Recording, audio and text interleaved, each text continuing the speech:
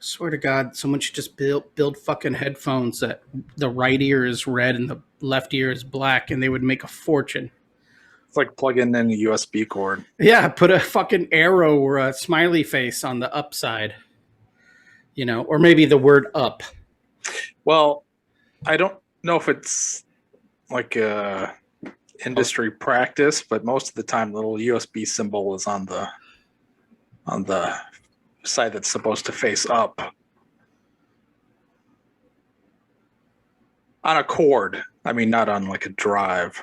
Oh, yeah, this is like a vape charger, and it's got nothing. Vape charger, what a world. What? I smoke marijuana. It's legal, okay, Scott. Hey, yeah, no, but you got everything plugs in. Yeah, and I guess my idea of plugging up the symbol saying up wouldn't make sense because a lot of them are sideways. So yeah, just color code it. Make one side white and one side green, for lack of a better color choice. No, those are fine. Thank you. All right, are we ready to go? I'm gonna have to edit so much. Sorry. All right, we're ready to go. I apologize. Yeah, we're ready to go. Apologize for the sweatiness. It's my office is so cold that I can make it from my office to the grocery store, which is 1.5 miles, without breaking a sweat because I'm just finally warming up because I don't have AC in my car. So I'm just finally coming up to normal body temperature because usually in the office I have to wear a hoodie. So because the AC there is so ice cold. So I got to the grocery store. I was fine. But by the time I'm leaving the grocery store, my body is finally being like, what the fuck are you doing to us, man? And by the time I get home, I'm sweating to death. And I had to turn my fan off because I have the world's loudest fan. So if you hear my AC, there's nothing I can do about that. You know, it'd be cool if you'd write like the show number on the chalkboard behind you, like the title or something. Yeah, I'm sitting so low because there's all this lovey-dovey notes I leave to my wife up here. And so I had to sit low so no one can see it.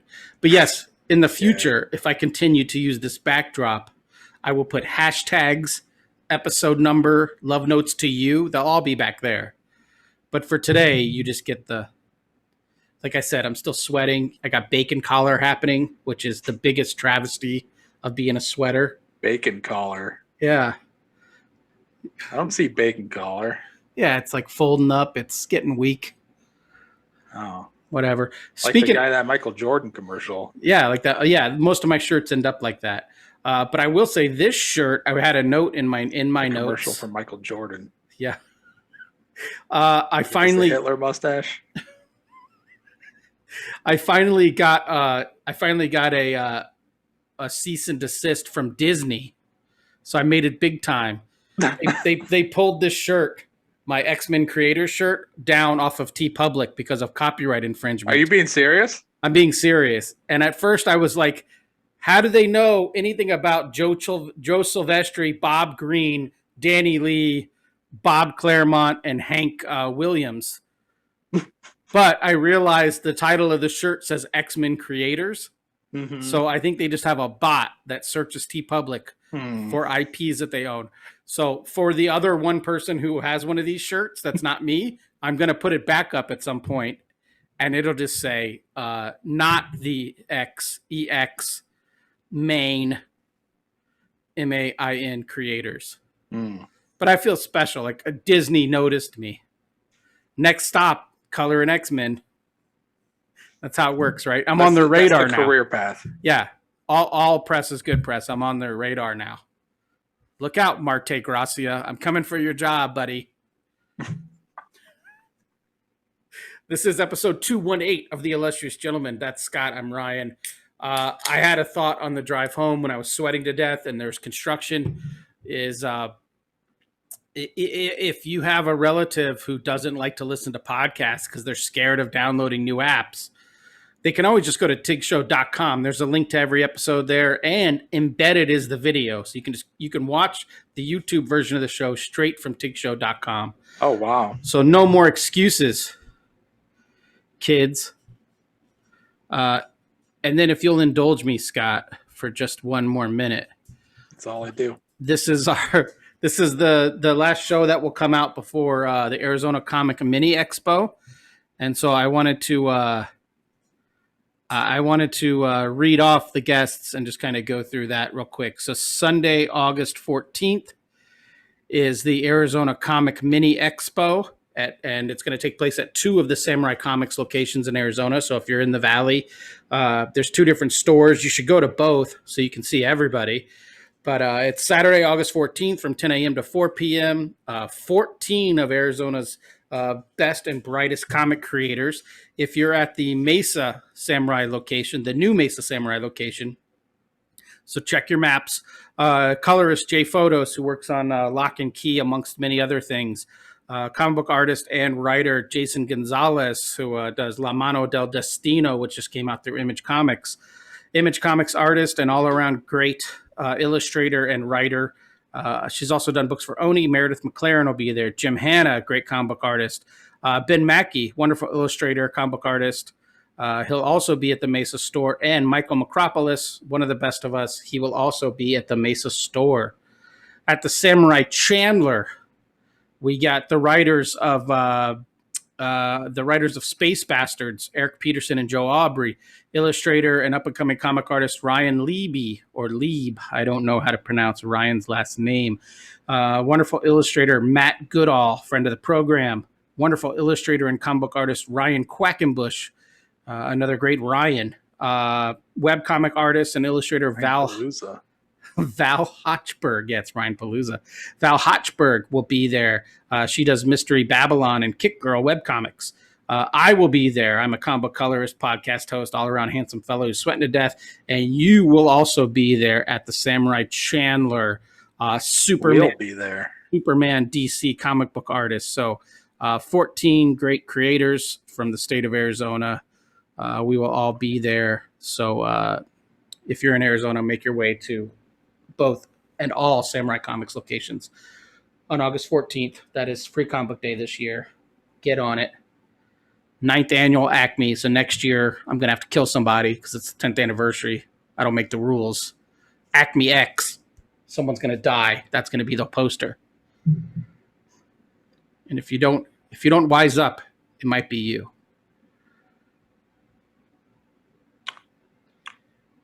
Be there. Okay. TikTok. Blew out everybody's speakers. Yeah, TikTok. You actually put notes on the thing today. It got me, like, I was so excited that because we've shared this doc now for years and you wrote on it. It made my heart swell 10 times. I signed your yearbook. Yeah, 10 times its normal amount. So now my heart is currently the size of a walnut. But because it's very small to begin with. That's right. It's tiny. That's the joke. That's the joke. Yeah, it's a good one. Oh, look at my rosy cheeks. I'm so flustered. All right, Scott. Yeah. Oh, what's up? Your TikTok notes are great because they're as random as they should be coming from you. Oh, is that what? What are we? Thing? Yeah. Are you? One of my traits. I get you're just you're too. I'm eclectic. Yes, you're too much to be contained. Are you drinking today? You drinking today, or are you being smart? No, I have a thing. Boom! There it Dynamite. is. That's right. Yeah, my favorite IPA from my favorite Arizona place. Yeah, Oso Brewing is Boom Dynamite always grapefruit mango, or is that a new version of Boom Dynamite? No, it must always be. Okay. I don't believe this is an alternative Boom. Well, maybe if Oso sponsored us, I'd put more effort into researching. But anyway, yeah, I picked this up at my local Total Wine, so that was nice to see. They had 2 other ones, I believe, and off the top of my head, I could not tell you what they were. I think the 89 ale, maybe. Yeah, it's a copper ale, red ale. Yeah, something else. Yeah, 89A. 89A, right. Right. Yeah, Boom Dynamite's good. It's my go-to IPA when I go to Oso's, which there's one right across from the studio, so I'm there fairly often. More often than not, you could catch me at Little O's on a Friday afternoon. Tasty. drinking $7 They pitchers. also have the best burger.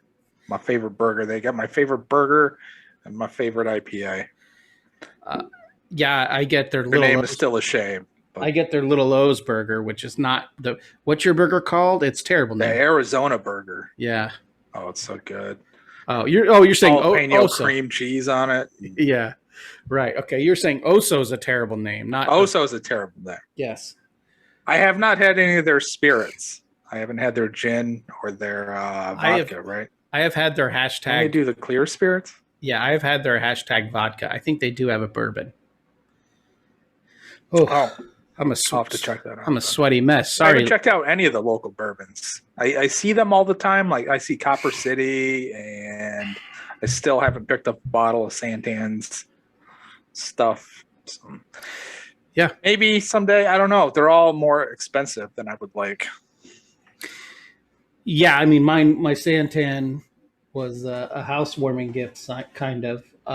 It's a $35 bottle. Yeah, it's not terrible, and it's delicious. And the way I drink bourbon, which is slowly, I could afford to get like a $40 bottle because it's going to last me a while. Fun fact, the best part about sitting with my back to the chalkboard is 1 foot away from me is the litter box. Oh, Yeah. Next year we'll do this show in smell-o-vision. what's the best part? What's the worst part? Having to, I don't know. The joke is that's the worst part. Right. Okay. So many jokes. So Boom Dynamite for Scott. I am drinking because I'm a fan of hazies. Hashtag make IPAs clear again is what our bartender or our brew I tender. like my beer like I like my worldview. That's right. Cloudy and That miserable. was bad. Yeah. So I found today when I was at the store just a few minutes ago, beginning of the sweating, which is still happening, but the sweating begun at the store. And so I'm the closest brewery to me is Estate 48. It's about a half mile away. And so I saw Estate 48 Suncast Hazy IPA. Yeah. I don't think I've had this before.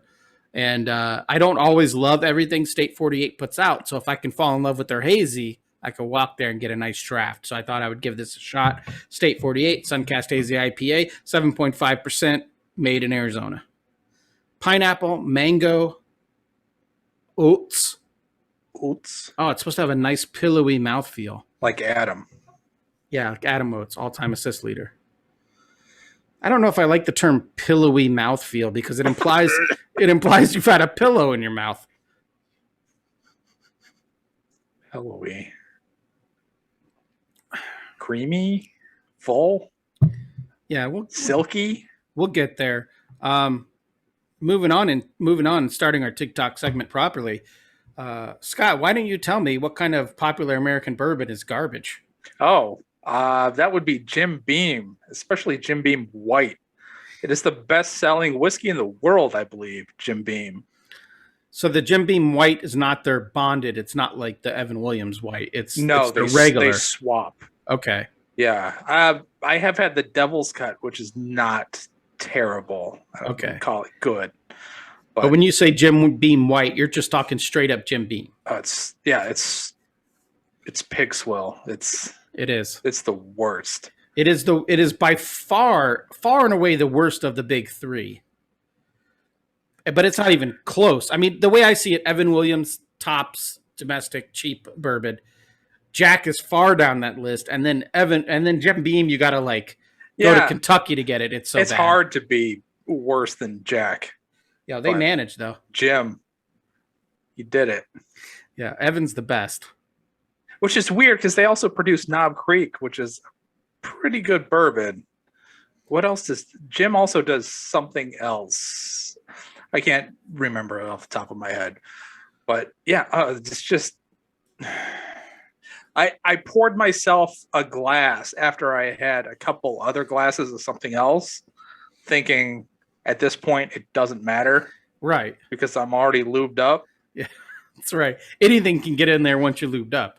Yeah, no, I took a couple of sips. I was like, oh, fuck. I just put it down. I couldn't finish it. I poured myself a glass of whiskey, and I just let it sit there. The best part is, if I remember correctly, you texted me, and that was a gift. So you're talking shit. You're literally talking shit about a gift. It was the thought that count, but Yeah. Jesus Christ. Next time, just give me a gift card. So bad. Yeah. It is terrible. Jim Beam is it's not good. I had it a couple of weeks ago, and the whole time I was drinking it, I was confused as to why they had that and not Evan Williams. Because you got to think, if you're a bar, Evan Williams is cheaper, so it's all got to be branding. People want Jack. If they don't want to pay for Jack, you give them Jim. But why not just say, hey, this is better than both of those? And No, I get it. That's several that's dollars that's cheaper. the bourbon. Right. It's usually that or Makers is what bars have displayed. Yeah. It's not good though. No, it's terrible. Yeah. Yeah. So, anyways, Anyway, something that wasn't terrible was that I went out on Sunday night. I just had this conversation today about how I have preconceived notions and maybe I don't try things or give things a shot. So I'm trying new things. And one of the things I tried was there's a group of U.S. national team soccer supporters. They're called the Arizona Outlaws. It's the national group of U.S. soccer supporters. There's a branch here in Phoenix. And so they host these events, watch parties. And so the U.S. men's national team was in the Gold Cup final against Mexico on Sunday. And I was like, oh, it'd be fun to go to the brewery and watch this with a bunch of other people. It was so crowded, I had to stand the whole time, which I didn't really mind because I didn't know anybody. So it would have been weird just to be sitting by yourself. It's less weird to stand by yourself, like in a corner, than sit at a table by yourself. Maybe. I don't know. It's more weird to be sitting with somebody else or standing with somebody else. Right. Anything by yourself is preferable. So I was fine being by myself. Walter Station Brewing is a local brewery, and so it was fun. I was there. It was like a raucous atmosphere. There's a guy dressed up as Captain America. There's a guy dressed up as like a American Revolutionary, because that's what they do. That's what they do. And then everyone had scarves, and everything brought up a thing. So like a good defensive play, everyone cheered. The drummer started drumming. Everyone was screaming. Everyone there was there to watch that game. There wasn't just some like clown ass who just got stuck there and didn't walk the fuck out when people started coming in costume. Everyone at that brewery was there to see this match. And they had good beers. They have a really good hazy there that went down a little too easy. You know, like I got there right at kickoff, and then by like the 15-minute mark, I was like, I needed another pitcher because pitchers were on sale. So, but it was fun. I meant to bring it out here, but I didn't. I bought a scarf, and part of it was designed by Rob Osborne. They hired him to do like their branding. So they have like a snake wrapped around a cactus as the Arizona branch of the American Outlaws. That's their logo. So I now have a scarf that says "More Beer" on it, and in the middle is the Rob Osborne logo, like knitted into it. Yeah, man. Yeah, it was great. I had so much fun. Like I was screaming along with everyone, cheering, like screaming. It was great. We won. Yeah. Yeah. If there's one thing you need in the Phoenix metropolitan area, it's a scarf. Yeah, I have a knitted Coyote scarf, and I have a knitted U.S. men's national or U.S. team national, not necessarily men's. Don't want that neck getting cold. Yeah, it was a little. I mean, it wasn't bad because I was in the AC, but it's not something like I couldn't go to a Phoenix Rising game outside at 7:30 in a July evening and wear my knitted scarf. I mean, I could, but you could. Yeah, I mean, I guess if I was wearing my Captain America Speedo with my knitted U.S. men's national team scarf, and that was it, it might be okay. You could also just eat like a handful of glass. It's another thing you could do. Yeah, that's what I do when I watch the Diamondbacks, though. So I don't want to confuse rituals, sports rituals. But shout out to they're bad. Yeah, shout out to Walter Station Brewing for being the American Outlaws home post, and for that scarf only costing $20. Because in my head, I'm saying I want that scarf, but if it's more than $20, I'm not buying it. Great price point by the American Outlaws. Wow, it's a little much for a scarf.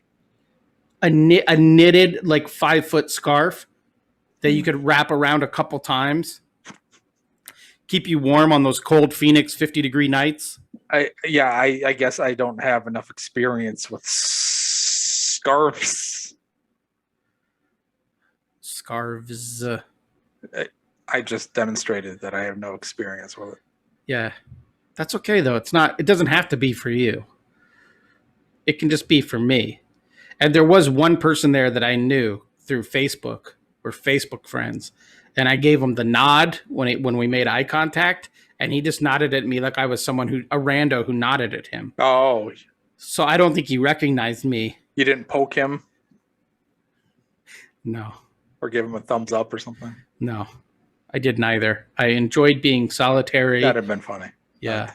Oh, and then when I went to cash out, my bartender, who was great all night, I got my receipt, and how they described me because I was wearing when I wasn't drinking, I was wearing my mask. I have an NAU mask that's pretty loose fitting and comfortable. And so, anyways, when I went to cash out, my receipt said NAU mask ginger beard is how I was described in the system. And I was so excited that they said the word beard in relation to me. A little confused by the ginger because I've met more gingerish gingers. No. Not NAU patchy ginger. Yeah, thank God. He obviously didn't see this side of my face. I must have been looking the other way, so it wasn't patchy. But I told Gonzo that story, and he goes, "You're pretty fucking ginger." And I'm like, I don't know. I'm no Weasley. I don't think of, but that is not a thing I would use to describe you. No, oh, thank you. I don't think of it when I see you. Yeah, I'm just a rose-cheeked cherub. What's next? What's next on your TikTok? What have you been watching?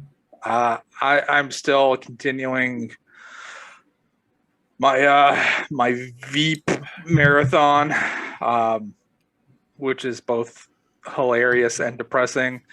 Like right now, I'm into season 5 where they're doing the election. I don't want to spoil anything for you, but she ends up as Veep running for president, first lady president, and all the shit that came up this past election is stuff that is coming up in the show, which was produced before then. And every episode, I'm reminded of hearing the showrunner's interview on Pod Save America, and him talking about why they ended the show, because they're like, we can't compete anymore. We come up with the most absurd thing, and then 2 weeks later, it's something the administration actually does. So is she a shitty centrist like Biden, or is she more of a Trump kind of personality? Oh no, she's I would describe her as a shitty centrist. Okay. She's a progressive poser. She and if it weren't for her representing Democrats, I would imagine Marjorie Taylor Greene to be a lot like Julia Louis-Dreyfus on the show, except just dumber and shit. So she's I just came up with this in my head. She's a Pinot. She's progressive in name only. Yes. Yeah. Pinot Blanco. Yeah, she is a Pinot Blanco. Good job. White nut. Yeah, she's just a complete pile of shit, and every person on that show is just a scumbag, but you know that this is exactly how it is. Right. Yeah, there's no doubt. That's what sucks about being a actual progressive in America, is that the party in ruling power currently right now is progressive in name only. They suck balls. Or maybe they should suck more balls, and then it wouldn't be so bad. Who knows? Yeah, it's awful. Yeah, It's hilarious, but just, it's infuriating. I'm not watching. I literally can't think of one thing I've watched on TV in the last week that wasn't 10 minutes of women's volleyball, 10 minutes of women's skateboarding, a soccer game, or that's it. Or Sports Center for 5 minutes in the morning. But like, my wife watches these horrible murder shows. I don't know what's up with white women and their love for fucking murder shows. True crime, baby. Yeah. So it's my wife watches those, and I've become the dude that just is on his phone because I want to spend time with her. So like, I'll be on the couch rubbing her feet and just surfing. I'm running out of apps. Twitter and Instagram only keeps me entertained for so long. Oh. And then Reddit is like anxiety inducing, so I can't get on Reddit. So it's like I run out of shit to look at. So my nights have now become my days. Like when I'm avoiding work at work, I scroll Twitter and refresh nonstop. Now I'm avoiding watching what happened to this horrible family. I'm sorry, this wonderful family in some bullshit Iowa town. Because it's not entertainment. Four people were brutally I'm starting murdered. to feel the way about cell phones like I do about guns. I just want to collect all of them and shoot them all into the sun. Well, Superman 5, then you need to write a script. He leaves the nukes, but takes the cell phones. Right. Yeah. Right. And then it'll be like nuclear threat is not the main threat. It's disinformation. Ooh. There you go. That sounds exciting. That's a woke ass Superman. Superman versus disinformation. Yeah.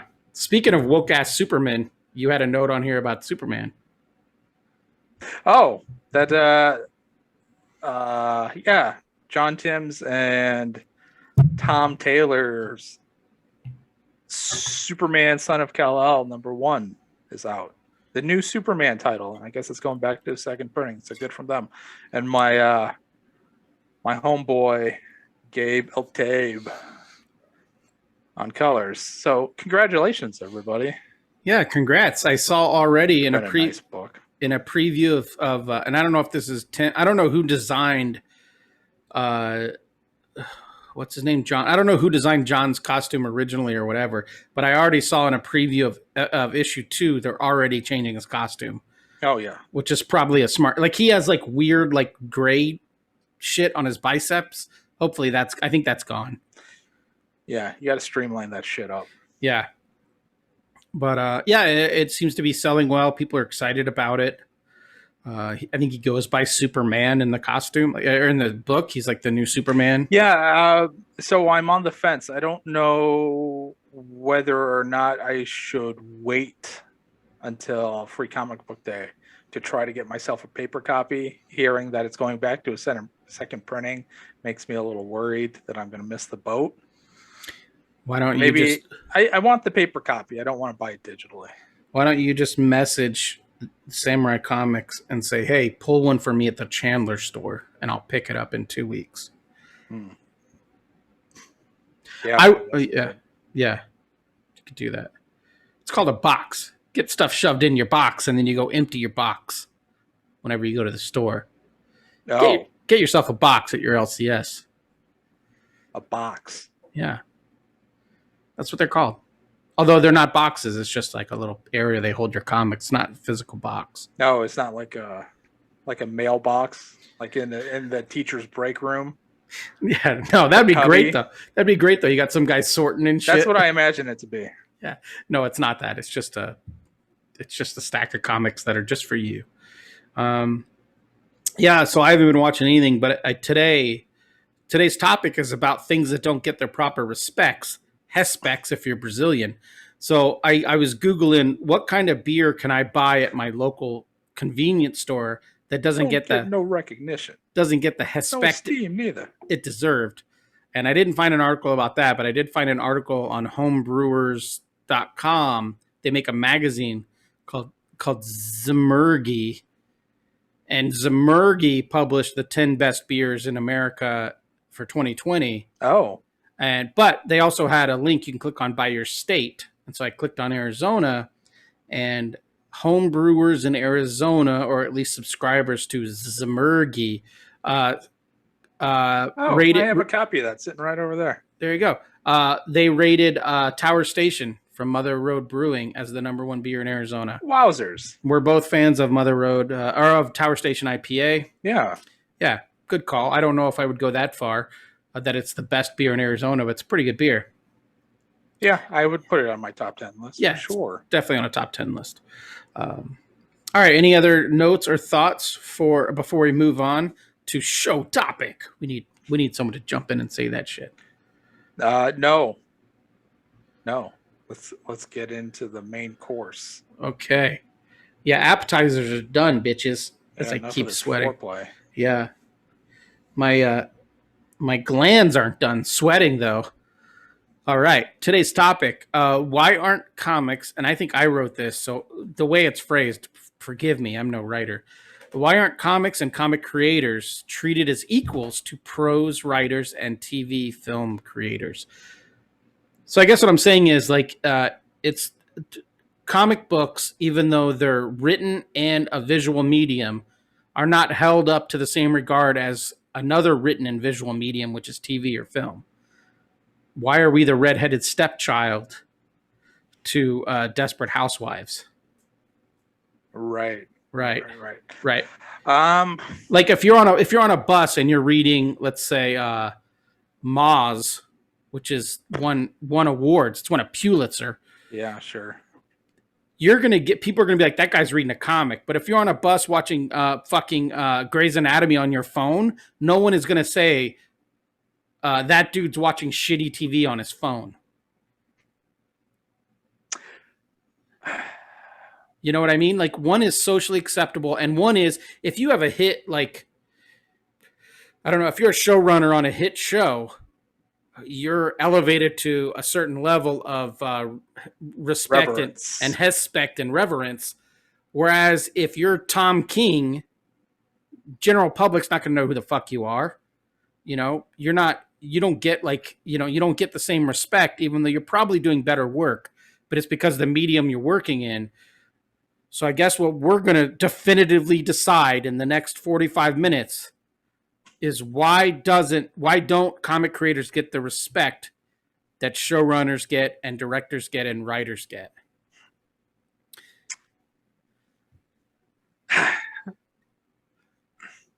Yeah. I don't know.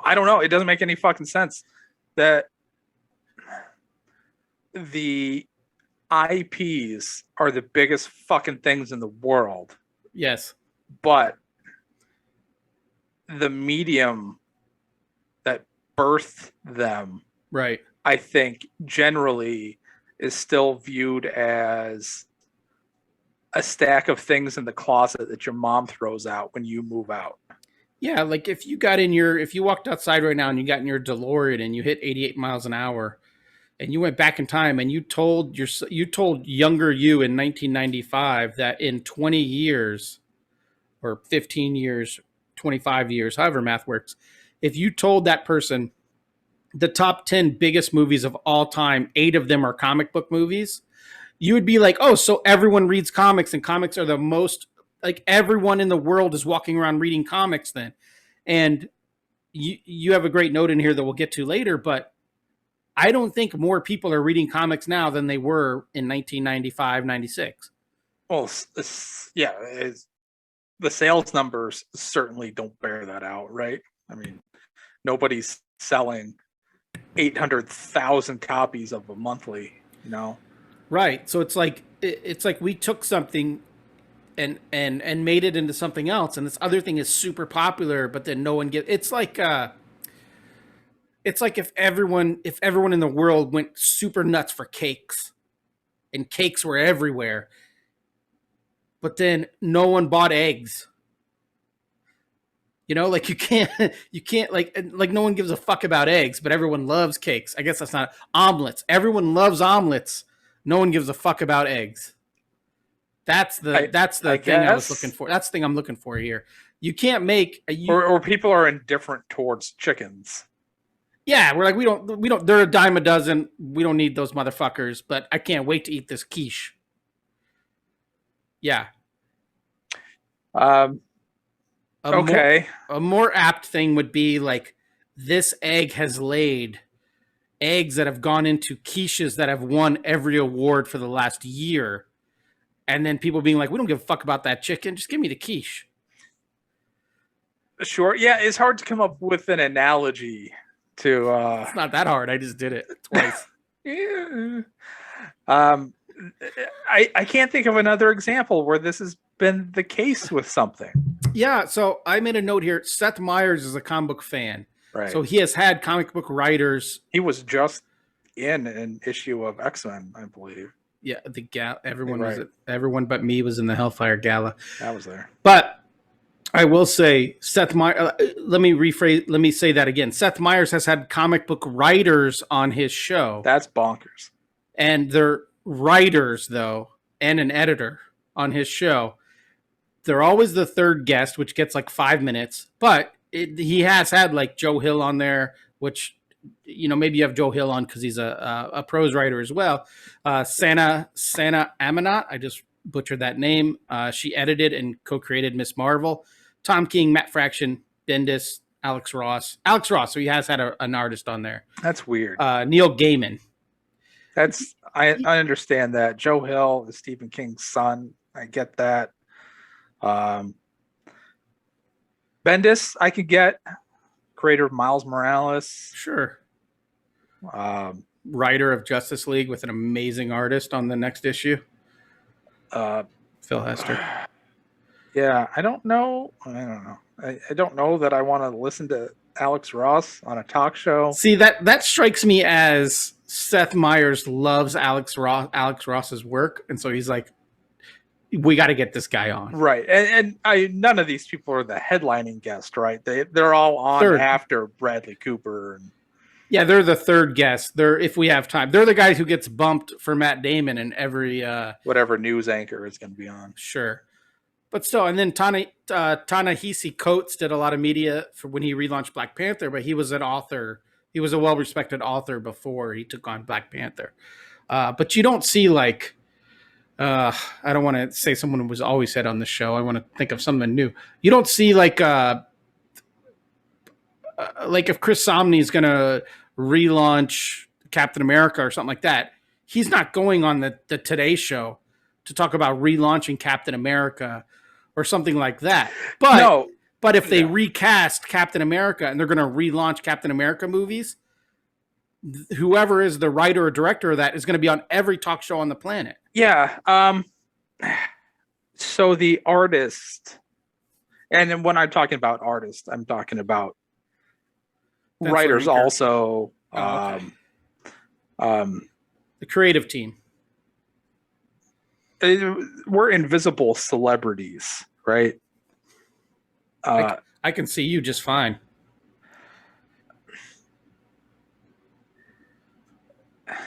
I don't know. So why are we? But like 99% of content creators are just like this, though. It's like people have no idea. No idea. You sit down, you go and you pay your $20 to go see Captain Marvel, and you love Brie Larson, and I've seen Jude Law in things, and I love Sam Jackson, but there are 3 names in the credits, and the credits are like there's like 1,800 names. Right, but I would argue that to the general public, the Russo brothers are more famous than Jack Kirby. Oh, yes. Okay. Everybody's more famous than Jack Kirby. I guess that wasn't a good example. But what I'm saying is the people, so Kevin Feige is more well known and to the general public more well loved as a creator than Kirby or Stan Lee. Yeah. And all right, so I don't know how much I disagree with the notion either, all he's doing is he's just doing the job of an editor. He should be as famous as like Ralph Macchio, the editor, not the amazing actor, or like Tom Brevoort or somebody. All he does is hire people to do work on pre-existing things, and then that work should overshadow what he does. And it does. Because nobody knows what he does. But everyone knows who he is. No one knows who the fuck the biggest editor. No one knows who the fuck Jim Shooter is.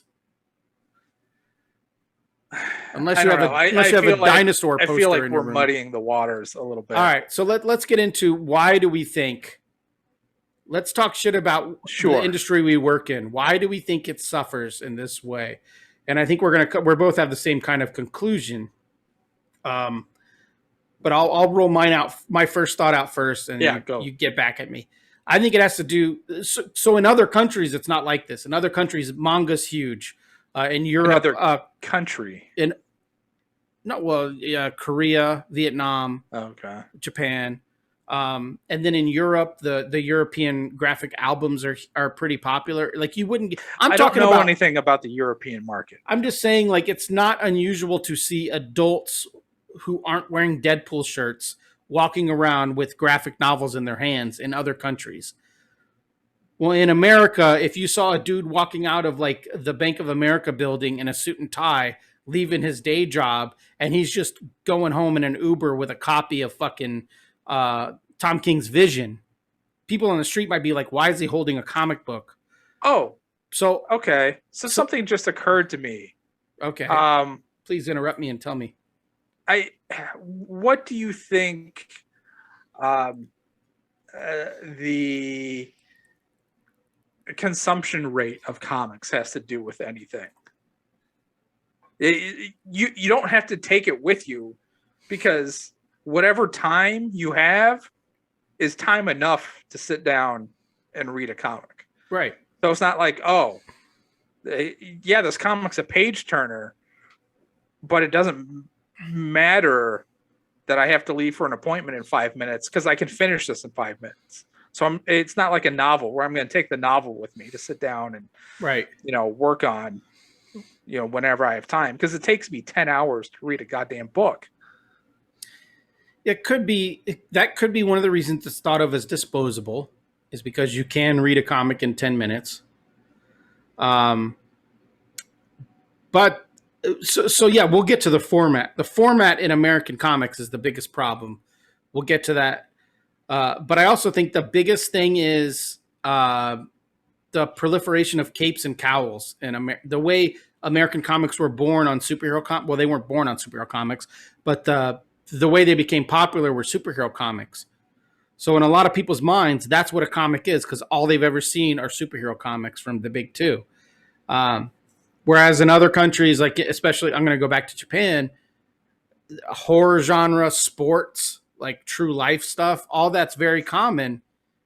And so it's not unusual. I mean, it was more unusual this last time I was in Asia. Most people now are on their phones. But when I was in high school, before smartphones and all that, you would get on a bus to go somewhere, and 95% of the people on the bus were reading manga, no matter their age. Whereas if you got on a bus right now and 95% of the people were reading Captain America floppies, you're going to be like, I don't want to be on this bus because something weird's going to happen on this bus. So I think superhero comics kind of ruined it for America as far as making it's an extension of cartoons. Cartoons are considered childish, so comic books are considered childish in America. That's one big thing for me. Yeah, I don't know.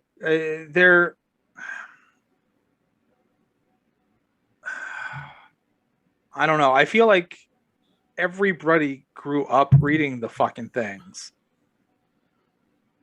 but I don't have an answer to why they didn't carry them into whatever. And it's probably because that was the audience. The American comics, that's the audience they chose. Yes, right. Was elementary age boys.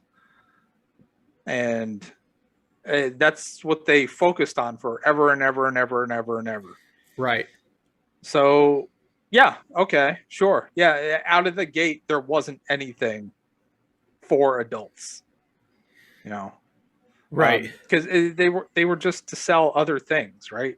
I mean, yeah, weren't they just like, they were just catalogs for other garbage? Yeah, it's like Transformers and G.I. Joe were only cartoons to sell toys. Right. Comics was just there to advertise toys and other Twinkies and shit. Yeah.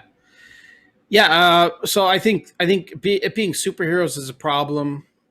I have a note in here about it being color, which so if you're reading something that looks like a paperback book and it's black and white, that's less jarring to carry around, and it's almost like you're reading a book because it's black and white and it's the size of a book.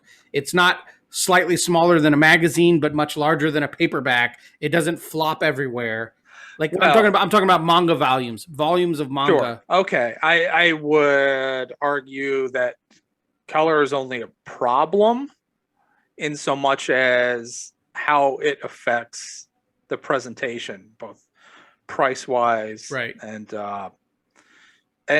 quantity wise, right? I mean, again, those manga volumes that people are carrying around, that's uh,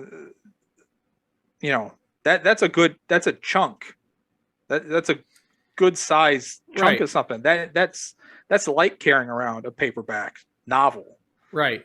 So I Yeah. understand carrying it around because you're fucking reading it. So whenever you sit down and you got a minute, you can Right. crack it open and go through it. And it's that size because they can afford to make it that size at that price point because they're not paying for color printing, which is a big fucking deal. Right. But yeah, but I think there is something mentally about holding something that's the size of a book, a paperback book, and it also just being black and white, like a novel is, not splashes of colors. But I think the bigger thing is, I agree with you. I think it's price point. Like when I was getting ready to publish my creator owned book, the Ronin and the Shisa, I was like, oh, I got it up to 100 pages. Like I'm glad that I pushed it to 100 pages. The spine is minuscule, and I went home and I'm like, okay, well, what should I price this at? If it's fucking a quarter of an inch thick, what do I price it at? And I pulled off a copy of Tokyo Pop's Gyakushu by Dan Hip, and I just breezed through that, and it's like almost 300 pages, printed black and white on newsprint for like under $10. Yeah. And I'm like, so how I can't charge $10 for this fucking thing that I just made? Like it's I don't think you'd be out of step. No, not in the world of Kickstarter. Comics. Right. No, yeah, of course, but yeah, there is something about the heft of, like, I think you're right. There is something about like, oh, I'll read this for 10 minutes, put it away, do something else, come back to it. Yeah, nobody's putting a bookmark in issue 19 of X-Men. No. Well, there'll never be an issue 19 of X-Men because they'll reboot by issue 9. But yes, no one is carrying around a bookmark because they read a floppy comic book. Or even an 80-page graphic novel, which is they collect things in 4 and 5 issues in America.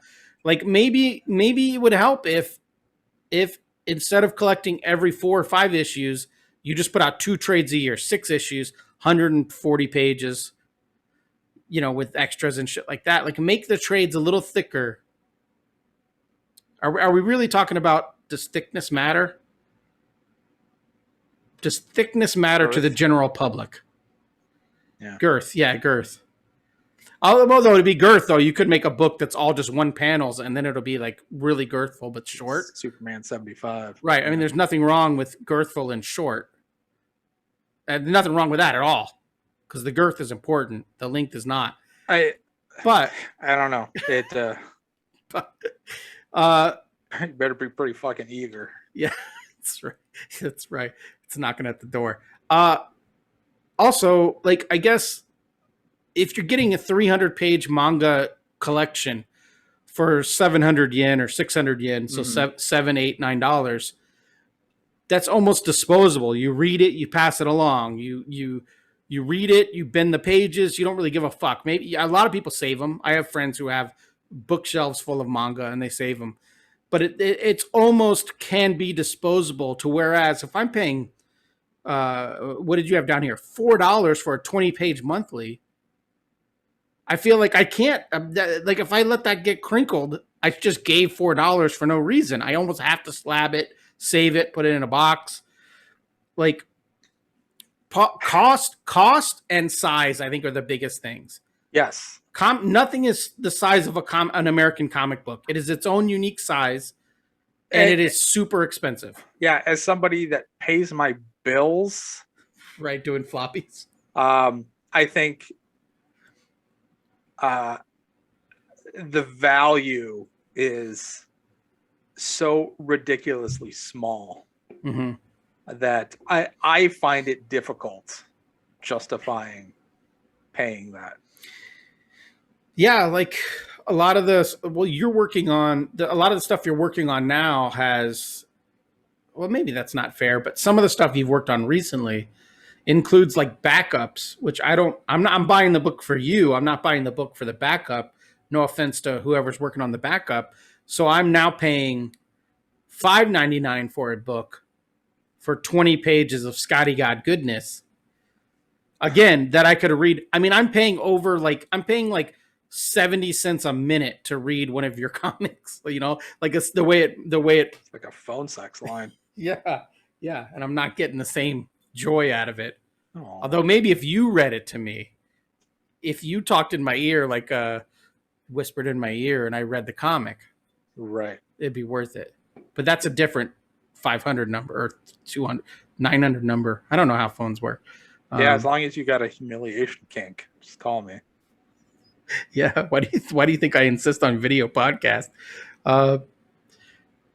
Yeah, like but let me go back. It must be so frustrating for people on this podcast. The person who listens to this podcast, because we never have a thread that stays together, much less a shitty like a Walmart sweater. But going back to what I was saying before Not about like a $20 knitted scarf. That's right. Caps. That's not what this show is. Going back to capes and costumes, or capes and cowls, whatever you want to say. In other countries, a lot of the most popular comics are not superhero comics. So I think if you're out in public on a park bench in Berlin, it's easier to read a crime comic where no one on the cover is in a fucking gaudy costume with a cape than it is to like Tintin. That's not a costume. It's like they don't have silly costumes. It's like a regular story. Yeah. So the more and more we parse American comics from things found in the rest of the world,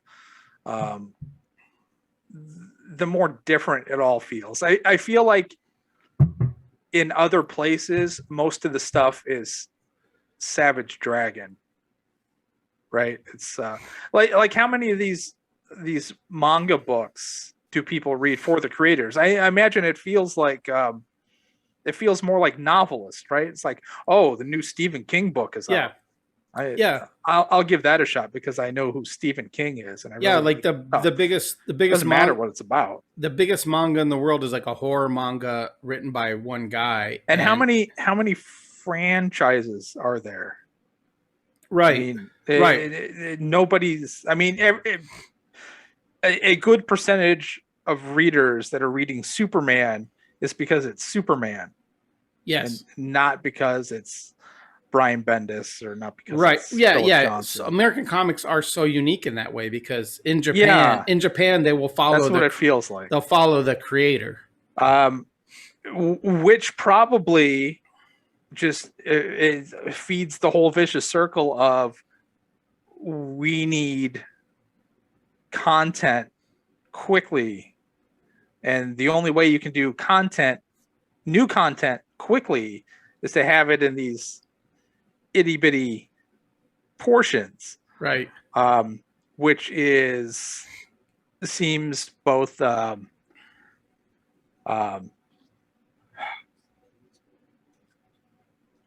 it seems antithetical to both quality and price. Yeah, here, I have a question for you. You have some good notes here I want to get to, but I something just popped in my head about the way the Japanese market works is monthly anthologies, cheap black and white monthly anthologies in magazine size. So manga's its size, the collections are this size, but when they originally come out in weekly magazines, they're magazine size. So what if Marvel and DC? So let's take the manga method and approach it to apply it to American publishing methods.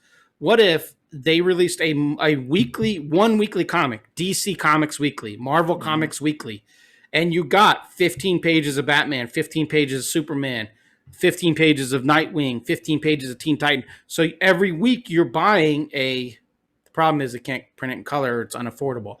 But you're basically getting one magazine a week, 4 chapters, and then every 3 months you're getting that Batman story collected because the Japanese market, if you're reading Shonen Jump and you love Dragon Ball, every week you're reading 10, 12 pages of Dragon Ball. You're reading that every week. You're buying the weekly product, but you're also buying the collections. You're paying twice for everything. I don't know if the American I don't like if I read floppies, I don't buy the trades. If I Right. don't read the Yeah. floppies, I buy the trades. Right. It doesn't make any sense. They do both though, I think in Japan because they want to revisit. It's like watching your shows every week and then buying the box set of the show at the end of the season.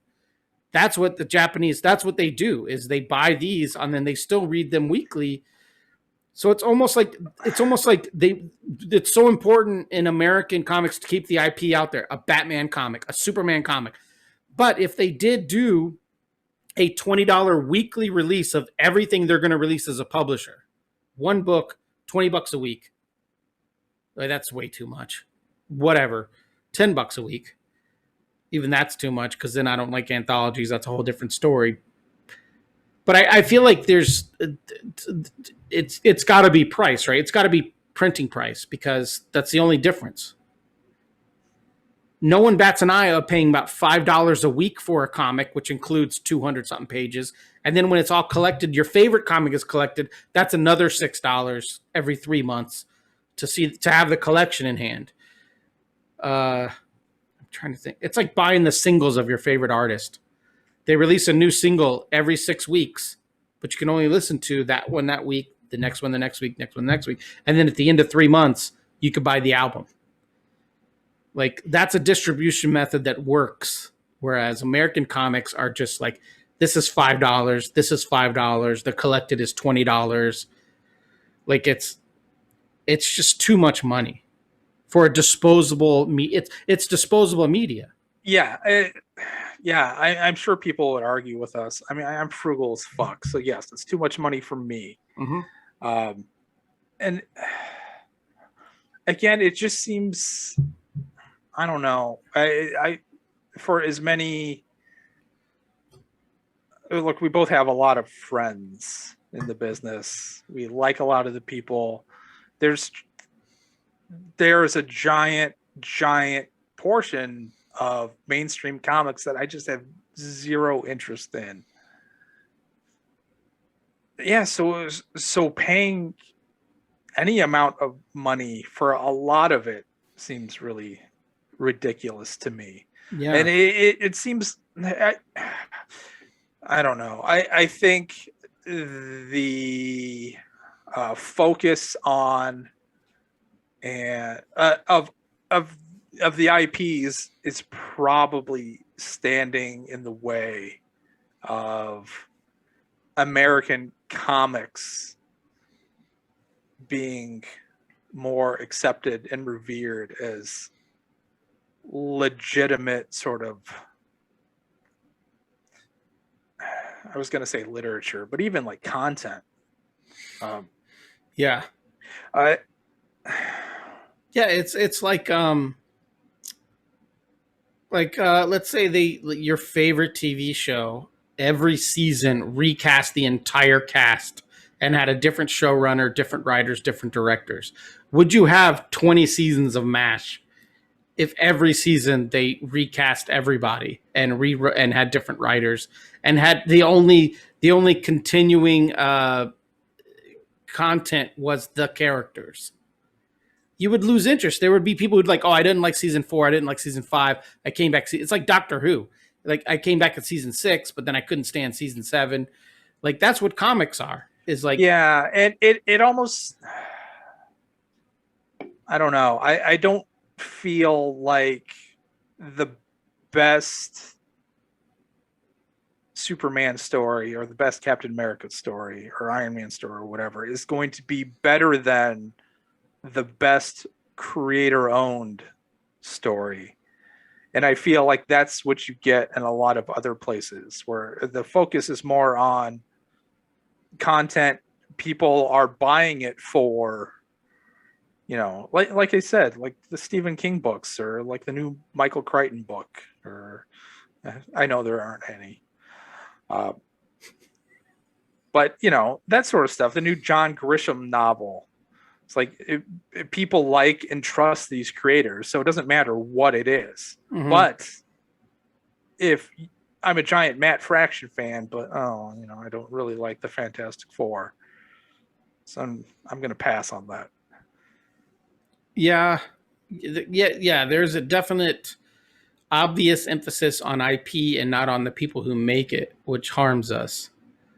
Yeah, that's just like American business. Everything's like that. Like everything is like that now. Even it's.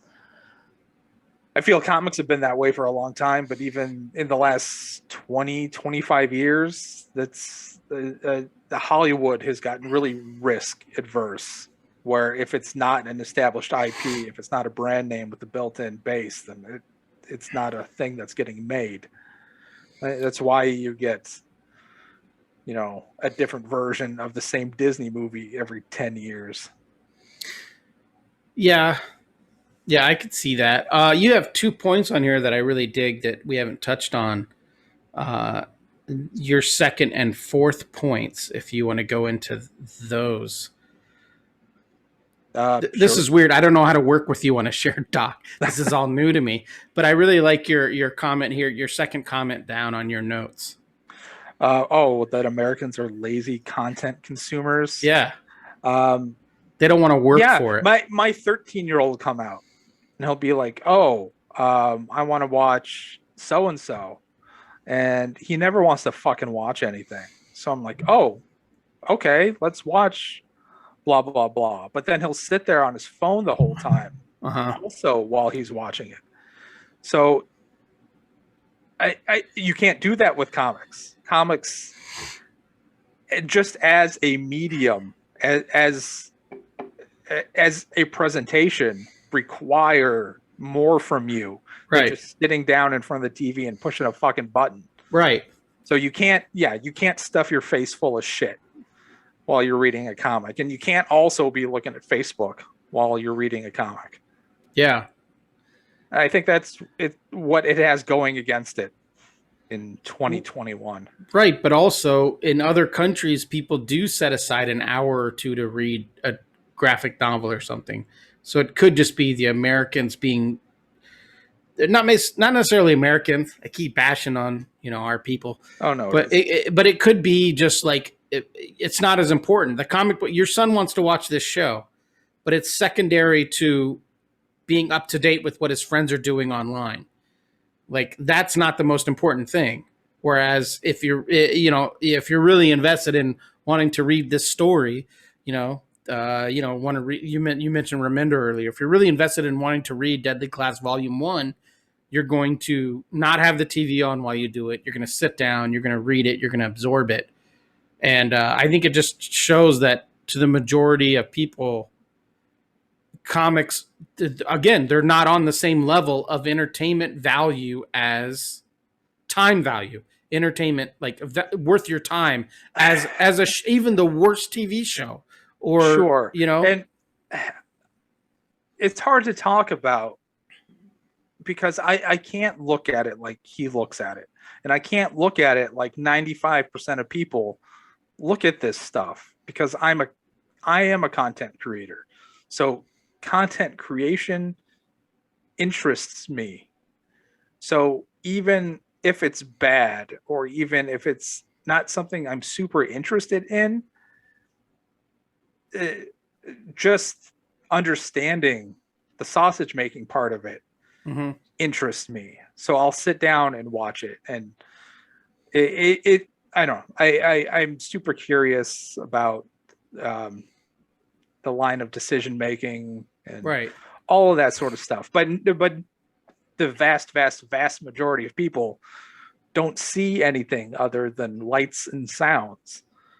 Yeah, it's like handsome people like yourself and myself. We want to reverse engineer everything we see on the screen, or any storytelling thing we see. Why did they make that choice, or why did they do this with that character, or why are they why is this the best way to tell this story? We're always kind of reverse engineering that because we deep down are storytellers who are just trying to tell stories.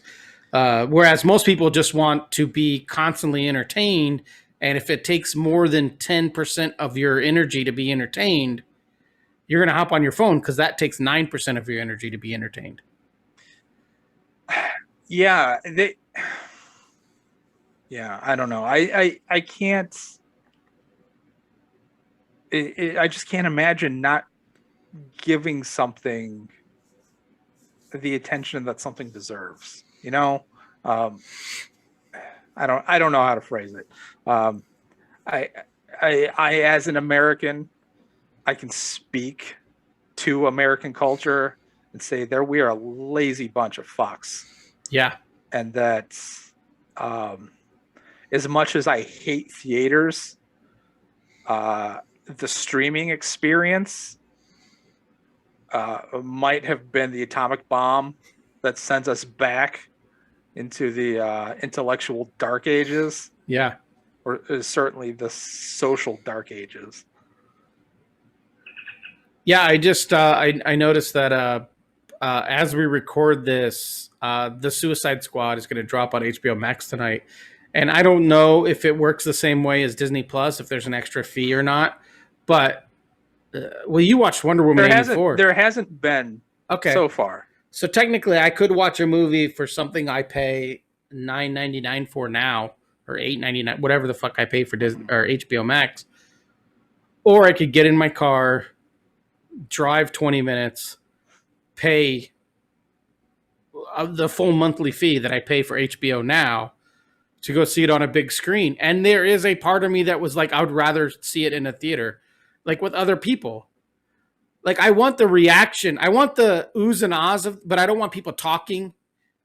Like, I almost want surround sound where when something cool happens, I hear like, but I don't want people talking or using their phones. I don't want the experience. I want the group experience without the group. And I want the big screen experience. But it's not enough to make me. I think there are certain things that it's reserved for, and the Suicide Squad is not that. Not for you. Yeah, it's not going to be that. But it does. But Cruella is not going to be that. But you're not going to think back on that theater. But you're acting like seeing Idris Elba on a 50-inch flat screen is better than seeing Idris Elba on an IMAX screen, and you're a fucking liar if you're saying that. No, there's no reason for me to go out and sit in a movie theater. No reason at all. No. But before COVID, it was shitty. And now you add dangerous on top of that. No. You're not into shit. No. You're not into shitty and dangerous. I mean, yeah. No. All right. To round this back to the beginning and wrap up a little bit, to talk about why aren't comic book content creators as popular as media content creators. You have a question here about media deals for creators. Are they beneficial to the industry? Yeah, and I'm not sure what I meant by that question. I don't know if it's better for everybody, like the rising tide thing, or is it even better for the books of these creators? I don't know. So you mentioned Mark Millar and Netflix. Right. My only note on that is financially, I know it was better for all those creators who had done Millar World books. 1,000%. I don't know much about the Scott Snyder Comixology. I didn't read any articles on that just because I just didn't. I don't know. It's Amazon money. It's Amazon money, but then again, it's not all creators. It's Scott Snyder and his co-creators. Every article is Scott Snyder and his co-creators. So yeah, he's doing 8 books, which implies that he has 8+ co-creators in this press release. So it's basically like it's his co-creators become employees of him in a situation like this, which financially, and the same with Mark Millar and Netflix, your best artist is still just your employee almost in a deal like this. Well, I guess they're getting probably paid way better than they would. Netflix, they're not totally analogous. The Netflix deal was after the fact, right? Like Netflix, I can't say the fucking word, bought his library, right? They bought Millar World. They bought his IP library. Right. But Comixology and Snyder thing is for brand new content. not yet produced content. but already announced and teams are put in place. They're there. They're in the works.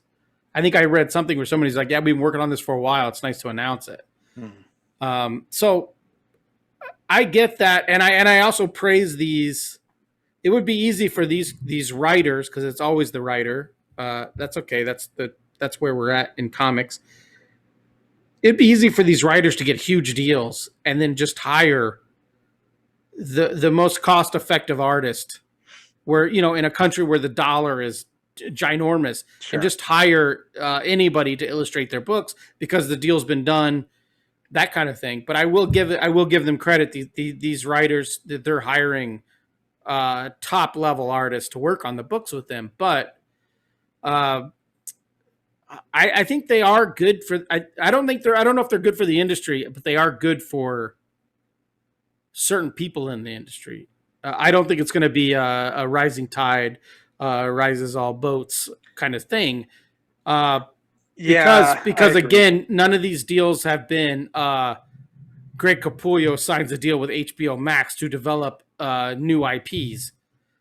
So it's all, or Jeff Smith. Jeff Smith would be the one that would be perfect for this, because he finally get to see the Creech. Yeah, or like something that would make more sense would be like Cartoon Network signs an overall deal with Jeff Smith to develop an entire line of Bone cartoons or something like that. But when you're signing a deal with one guy who is 1/3 or 1/4 or 1/5 of a book, like the lay people, they're just going to be like, oh, it's a new Scott Snyder book, I'm into it. It's a new Tom King book, I'm into it.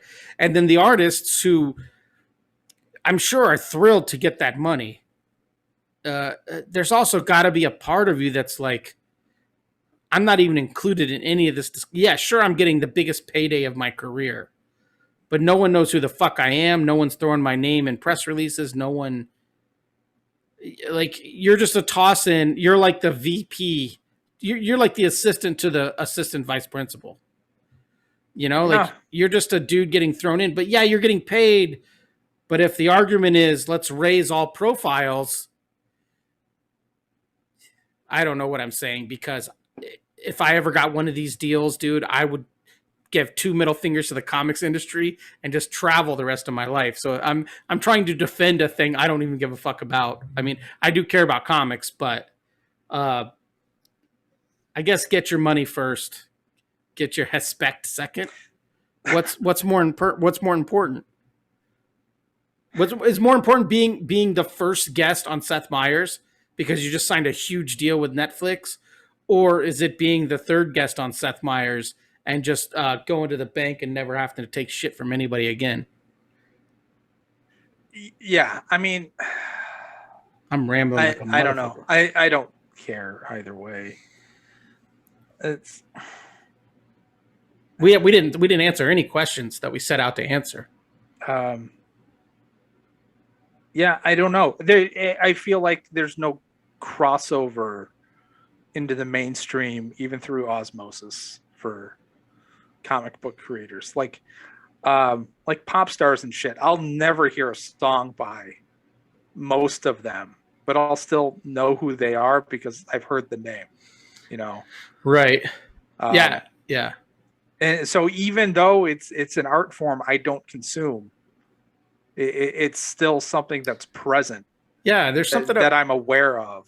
Yeah, there's something about that. Like, if you just went to Costco and you were talking to a dude and you're like, and you were talking about, and you just be like, oh yeah, that thing that Jim Lee does. They would be like the dude who, like the guy in my office, that Jim Lee. And I'm like, not that Jim Lee. But yeah, if you said like fucking Dua Lipa, be like, oh yeah, I know who that is. Like, yeah. Well, none of that makes sense to me. It could be because we're two old men. Well, one really old man and one getting there old man. So I don't know. I don't know. It doesn't make any sense. If the rising tide thing were true, then Marvel Studios being the biggest fucking thing on the planet would have lifted all the rest of the boats, and still all of those people are completely invisible. So Yeah.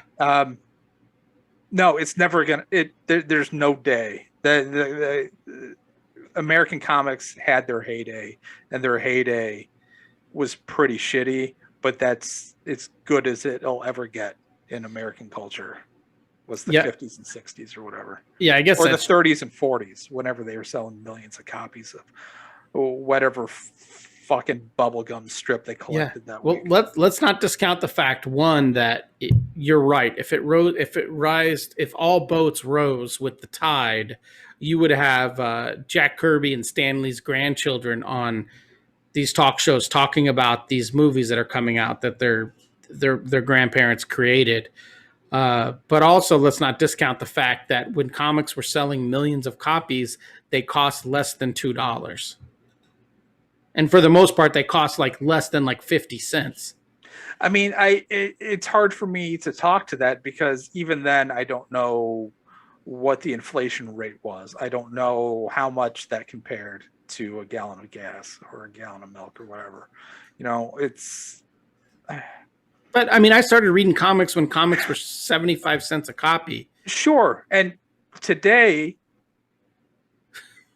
pretty fucking sweet. But right. But even back then, I had an allowance of like $10. Okay, put it this way. You give a kid an allowance of fucking, back then when I was a kid, it would have been $5 a week. Right. I could buy like 7 comics and a soda pop with that. Right. If your allowance was $20 a week, nowadays, you could buy 4 comics and no soda pops. It like everything else, it's a victim of inflation, you know, because it's not about the book. It's not about printing the book. It's about producing the book. And all the creators down the line producing that book need to make a fucking living. That's a whole different show because these guys aren't getting paid more than they were in 1998. So you can't. I just saw a thing. People talk. Speaking of Millar, we're not getting into it. Someone sent out a tweet talking about page rates, and a lot of people chimed in on Twitter saying their page rate hasn't changed in 20 years. Guys that are like 5 years older than me saying they haven't got a page rate increase in 20 years, even though comics have doubled in price in 20 years. Shout out to Spawn for drawing the line at $2.99. It's going somewhere. I mean, if the sales numbers were still the same, the cover price would be a lot lower. Maybe. I don't know about that. No? No. You don't think selling 500,000 copies of Avengers West Coast would bring... No, I remember... Or not even bring it down, would prevent the price increase. Once... just like gasoline, once it showed that Americans didn't bat an eye at paying $3 a gallon for gas, it's never going to go back down to $1.50, no matter how much overabundance of gas we have. Once comic book readers on a weekly basis showed they would pay $3 or $4 a floppy, it will never go down to $2. No matter if you print 7 million of those books, it will never drop in price.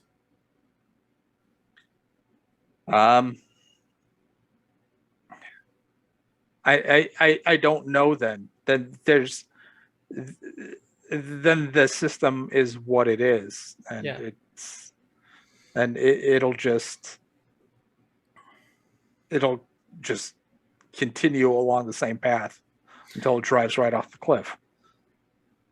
Yeah, I agree. I think we're heading there. I mean, a fucking 6-pack of Bud Light at the grocery store is like $7.99 or $8.99 now. Like that's nuts.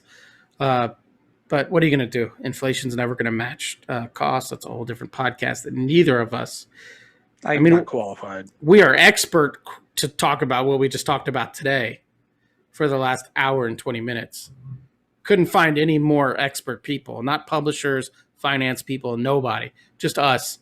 2 dudes on the opposite ends of the spectrum. Top of the field. Working in freelance comics. Yeah, I'm mowing lawns, you're building houses, but we're both just right. We're the same people, doing the same shit. I do have one last question for you because we couldn't solve this problem.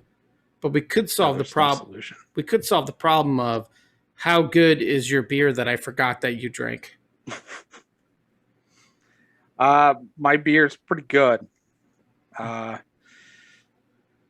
Yeah, Boom Dynamite from my beloved Oso.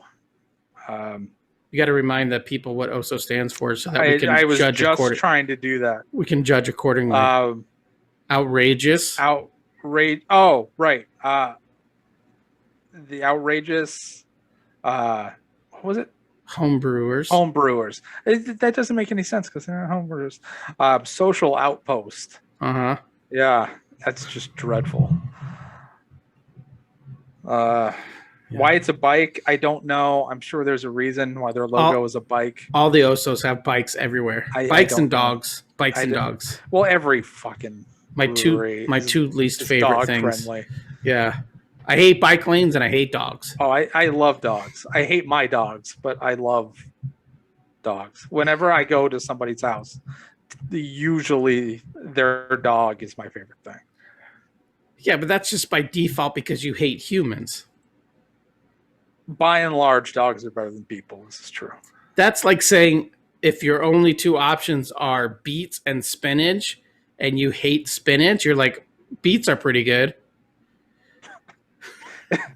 I suppose, but in this instance, I mean, I actually like beets. I'm glad beets are one of the choices. Okay, you'll take a little slobber from a beet on your kneecap if you can Sure. pet it. If you can pet its head. Right. Okay. Boom Dynamite's a great beer. It's funny that I don't think we've ever had it on the show, just because you drink it when you're at the brewery. But yeah, this is the first time I've seen it outside of the Oso sphere. So yay! But it's still like a $5 can. Yeah, but it's like a $7 pint. So unless you go on happy hour, then it's $7 pitcher. Right. Yeah. All right. So give it a number so then we can continue. Let's round it up to 4.5. Oh yeah. Oh shit. I didn't even bring this up because we're already running late. I went to Casual Pint last weekend and I had 3 hazies and all of them got 5s on the Untapped app. It blew my fucking mind. And two of them... You can't go back now. 2 of them... Yeah, there's no takebacks. 2 of them are from a brewery in Cottonwood, Arizona. The only brewery in Cottonwood, Arizona. I can't at this moment in time remember the name of that brewery. Wait, Smeltertown. Smeltertown had a milkshake IPA and a hazy that blew my fucking dick in the dirt. And for a town that is in the middle of nowhere with like 4 buildings in it and like 6 people live there, it was astounding how good that beer was. And the other one was Katsuni Brewery's IPA, or maybe a hazy. I'd have to go back and check my math. But it's one guy who brews. He basically leases space from Simple Machine Brewing, and he brews like micro batches, like super micro batches. But they had it there at Casual Pint. I couldn't believe it. Like, my wife was ordering other shit, and she would sip mine, and she would try to steal my fucking beer, and I'd be like, no. You know, and now we're both talking to lawyers because she kept trying to drink my beers. Irreconcilable. But yes, at some point in the future, if possible, maybe road trip up to Smeltertown Brewing in Clarkdale, Arizona. Clarkdale. Yep. Yeah, I was just in Jerome. The redheaded stepchild of Jerome and Sedona, Clarkdale. Yeah. It's the meat in the Jerome and Cottonwood sandwich. That's right. That's right. But my beer today was... What a sandwich. Yeah, my beer today was State 48 Brewing Suncast IPA Hazy. It's a hazy I did not like. If anyone's watching the video, I kept pulling slugs off my $3 bottle of wine, and I have half a beer left. Just didn't do anything for me. Not tickling your fancy? No, and it has some hazies have an aftertaste of almost like a metallic aftertaste that I do not like. Mm-hmm. So I don't have the palate to properly describe what it is, but I don't love it. I'm going to give it a 2.5. But all right, let's wrap this up. I'm supposed to go to work, but I also have a full bottle of $2.99 Bay Bridge Rosé chilling in the fridge. So I don't my jam at all. I don't quote have to go back to work unquote. I could just make it a crazy Thursday. But when you're hearing this, it's a crazy Monday. Thursday's Listener. off the chain. Yeah, this Thursday's popping. All right, Scott. So we can't solve the reason why comic creators aren't held up on the same level. They do the same amount of work, the same level of work, oftentimes better work. It's because the American audience isn't educated enough or doesn't give a shit. It is an American problem. Yes. Yes, much like the war on terror. All right. My man. Yeah, read more comics. That's right. My man. Bitches. Do the damn thing. Wait a minute. I'm going to ask a question just real quick, just for me personally. Anyone else can go ahead and stop this. Just imagine Scott said, have a good day or whatever. The little amount of original artwork you have is hanging behind you. What room in the house are you in? I'm in the kids' room. So, Nook? Like there's the desk that I'm working on is supposed to be for like games and homework and shit. And okay. There's couches and TVs over there. Okay, so you're in a public area. Yes, this is not a room.